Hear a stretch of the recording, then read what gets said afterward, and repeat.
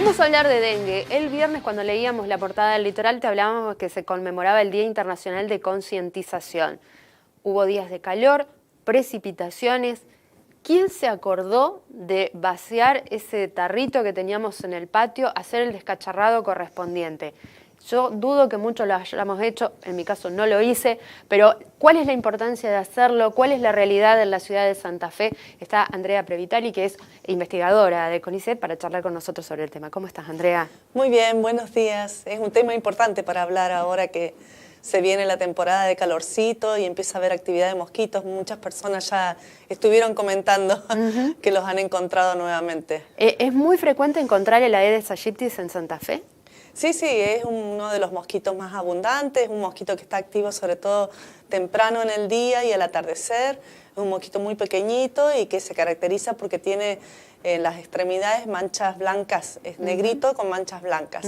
Pero más allá de reconocerlo, lo importante es saber que este mosquito en particular transmite este virus que se llama dengue y que causa una enfermedad que puede ser muy leve, casi asintomática, pero también puede haber dengue grave que en algunas personas puede lamentablemente causar la muerte. Incluso puede reinfectar, digamos, alguien que ya ha tenido el dengue puede reinfectarse y esto también complica. Sí, la persona que ha tenido dengue, como hay 4 variedades de virus, si se vuelve a encontrar con el mismo virus, está protegido. Los anticuerpos lo protegen y seguramente esa enfermedad no va a evolucionar hacia nada grave.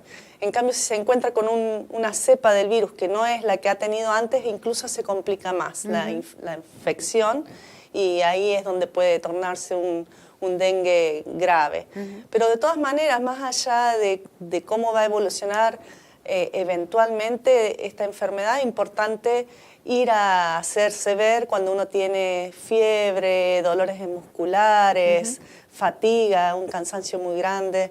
Es importante consultar. Y si hay un brote de dengue en la ciudad, es particularmente importante estar protegiéndose de las picaduras de los mosquitos con ropa holgada, con repelentes, tratando de cerrar las aberturas de las casas cuando empieza a activarse la mosquitada. Uno dice, bueno, en invierno los mosquitos no están, pero sí están, y sobre todo en interiores, uno los ve. Ustedes estuvieron haciendo un relevamiento, ¿continúan con este relevamiento en campo para saber cuál es hoy la realidad de este mosquito en Santa Fe? Sí, nosotros trabajamos de manera interdisciplinaria e intersectorial, contamos con el apoyo de los centros de salud, de personal del área de control de vectores, Mariana Maglianese en particular del Ministerio de Salud de la provincia, y hacemos trabajos en algunos barrios de Santa Fe para entender cuánto las personas han estado expuestas al virus del dengue, a lo mejor sin saberlo. Y es interesante que, si bien, por ejemplo, trabajamos en Barrio Chalet, que había tenido un brote importante de dengue en el 2018-2019, encontramos entonces personas que tienen los anticuerpos, o sea que quiere decir que en algún momento estuvieron expuestas, que no sabían. Es como un 24% de las personas que nosotros tomamos muestras de sangre habían estado expuestas al virus. O sea, habían estado contagiadas de dengue, pero no notaron la presencia, no le hicieron caso a los síntomas, si se quiere. Claro, o no fueron diagnosticadas por el sistema de salud, ¿no? O a lo mejor se sintieron desganadas y con un poco de fiebre y se quedaron en su casa, ojalá, porque eso es lo importante, que la persona sepa que tiene dengue para evitar salir del hogar y que otros mosquitos piquen a esa persona que está infectada y que dispersen el virus, ¿no? Entonces siempre está bueno saberlo y quedarse guardado y usar repelente para que los mosquitos no transmitan ese virus a otras personas. ¿Y eso que encontraron en Barrio Chalet lo pudieron monitorear también en otro barrio? ¿Cuál es la realidad, digamos, de otros sectores que estuvieron investigando? Claro, en Barrio Chalet la mayoría de la gente, un 60% de la gente conocía a alguien que había tenido dengue, había sido un brote importante, entonces no es tan llamativo encontrar un porcentaje tan alto. Sí es llamativo que solamente 4 de esas personas sabían que habían tenido dengue, las demás no sabían. Pero en otros barrios ni siquiera se había reconocido que había habido casos de dengue en el barrio. Por ejemplo, en la Vuelta del Paraguayo un 14% de personas habían estado expuestas, en Colastines Sur un 10%, o sea, es una enfermedad que pasa desapercibida y es importante entonces estar más atento a los síntomas, tanto en los centros de salud, en algunos barrios no tienen centros de salud, y se dificulta buscar atención médica. Y bueno, y también es como estar más informado. Muchas personas desconocen cuáles son los síntomas o cómo se transmite. Si bien es una enfermedad que el 90%, el 100% de las personas la ha escuchado nombrar, a veces se desconocen los síntomas o cómo se transmite. Y para ser claros, ¿cómo se transmite? Y el tema fundamental, las fumigaciones, ¿sirven o no sirven para hacer un control del vector? Es una muy buena pregunta porque hay un deseo que cuando hay mosquitadas vengan y fumiguen y eliminen los mosquitos. Pero es porque muchos de los mosquitos que andan son los mosquitos molestos que no son el Aedes sino otra especie que no es la que transmite el virus. Pero más allá son molestos y desearíamos que se eliminen con una fumigación. El problema es que la fumigación actúa si esa gotita del rociador que se tira le pega justo al individuo que anda volando. No queda un efecto residual que va matando mosquitos después. Entonces, tiene que ser hecho en el momento en que están activos y justo matar al individuo que anda volando. O sea, no es muy efectiva y además eso mata, por ejemplo, los alguaciles, que también son depredadores de los mosquitos, afecta a lo mejor los anfibios, los renacuajos, que también son otros depredadores de las larvas de mosquito. Entonces no es lo recomendable. Lo recomendable es que tratemos de disminuir las opciones que tienen los mosquitos para criar sus huevos. O sea, ponen los huevos en recipientes que tienen agua y cuando esos recipientes se llenan de agua, cubren los huevos, salen las larvitas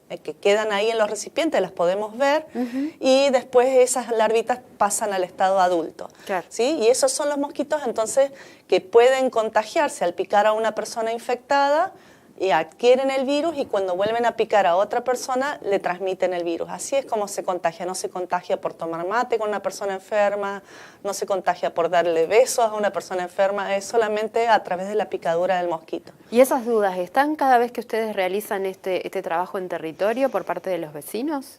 Sí, es un momento de diálogo que se establece. Más allá de la toma de muestras y de las ovitrampas, digamos, más allá de eso. Sí.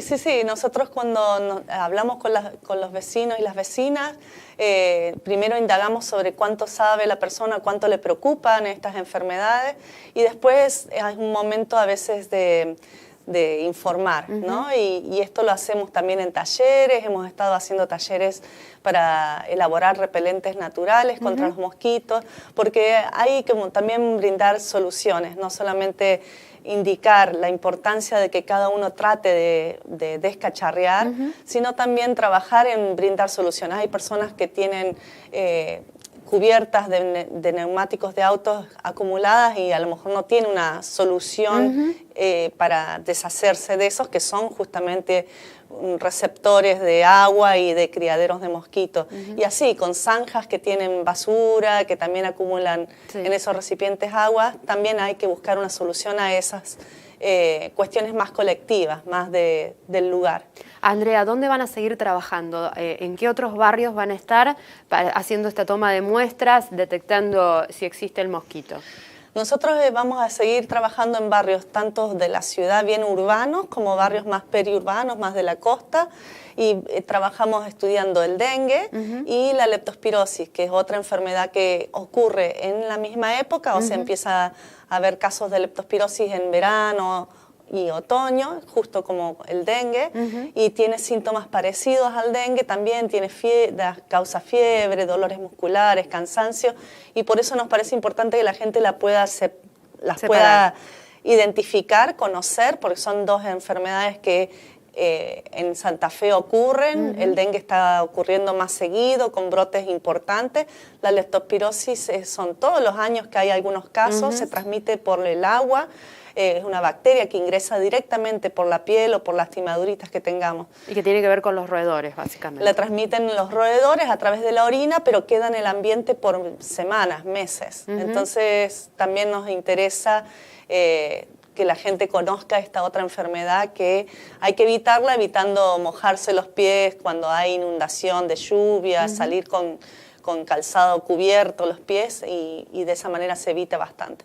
Andrea, gracias por venir, por estos minutos y por aclararnos. Lo importante para empezar a concientizar es descacharrar el patio, no queda otra. Sí, exactamente. Gracias de nuevo. De nada, un gusto.